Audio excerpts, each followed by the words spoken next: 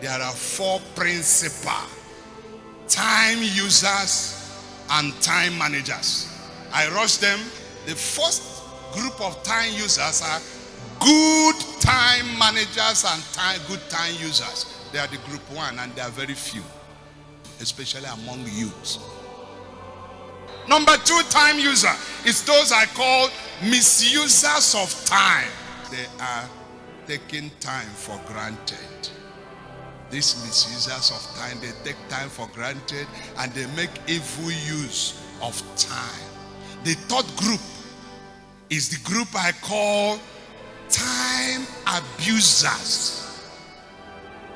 If you are conversant with English words, at the surface you may think that misuse and abuse are the same thing. They are not. Let me put it to you this way. Abuse is the senior brother of misuse. Did you hear me?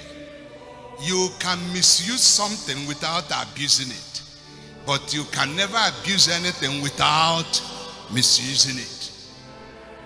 Abuse carries more terrible violation tenets. So there are time misusers, there are also time abusers. Which one are you? Doing the wrong thing at the right time is misuse of time. Also doing the right thing at the wrong time is also misuse of time. Not taking cognizance of time is abuse of time. And finally, the fourth group is a group I call time embezzlers and squanderers. People who squander time. People who embezzle time. Youths who embezzle time. Embezzlement is a crime in human sense. As far as destiny and purpose are concerned, time embezzlement is a spiritual crime in the hands of God. Because anywhere God places you, He has placed time there. Anywhere. God doesn't give you free ticket. He doesn't give open ticket. Anywhere. Age bracket. Wise too. I don't know how old you are. But do you know that the day you clocked 20, the day you clocked 25, the day you clocked 15, heaven is recording what you must achieve in that age bracket. You must achieve. I must achieve. What is your own concern? What are you doing for God in your age? Now we look at the meaning of redeeming the time. When you read where we read, Ephesians chapter 5, 15 and 16. And the verse 16, the last part says, redeeming the time because the days are... When you hear the word redeem, from the Bible point of view where we read, the Apostle Paul was talking to a Christian congregation, not to people outside. Things were happening and people were taking a lot of things for granted. They were taking spirituality for granted. They were going into syncretism. They were now becoming worldly. They were now tolerating a lot of things. They were no more conscious of the second coming. Evil philosophers are turning into preachers. And Paul said, no.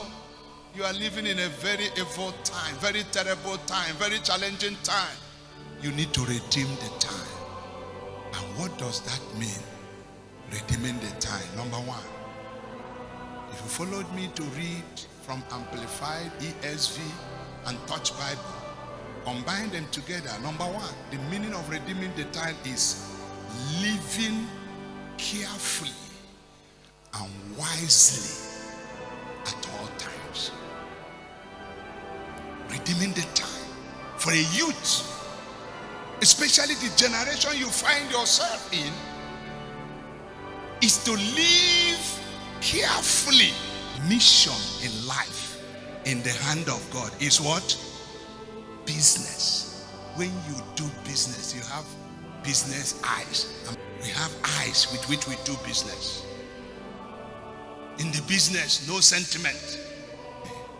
In the business of principle, sentiment is not a customer. You are a destiny carrier. You are a generation changer. Generation changers don't live anyhow. I told people I will never waste in my generation. Have you made that decision? Second meaning of redeeming the time is living purposefully as a Christian youth. Living purposefully. If you read Daniel chapter 1 verse 8, after they were given opportunity to serve in Nebuchadnezzar's palace or presidential villa, everybody was celebrating. Oh, I am now employed in presidential villa. One youth that was purposeful. In Daniel chapter 1 verse 8, the Bible says, and Daniel purposed in his heart that he will not divide himself. Show me somebody with Bible that have built wonderful house in this town. He said, Ephraim, drop this thing. What did he call it? Thing. This thing will ruin your life. And that is the philosophy the world is telling to the youths now. You cannot succeed by being righteous. You cannot make it in life by being godly.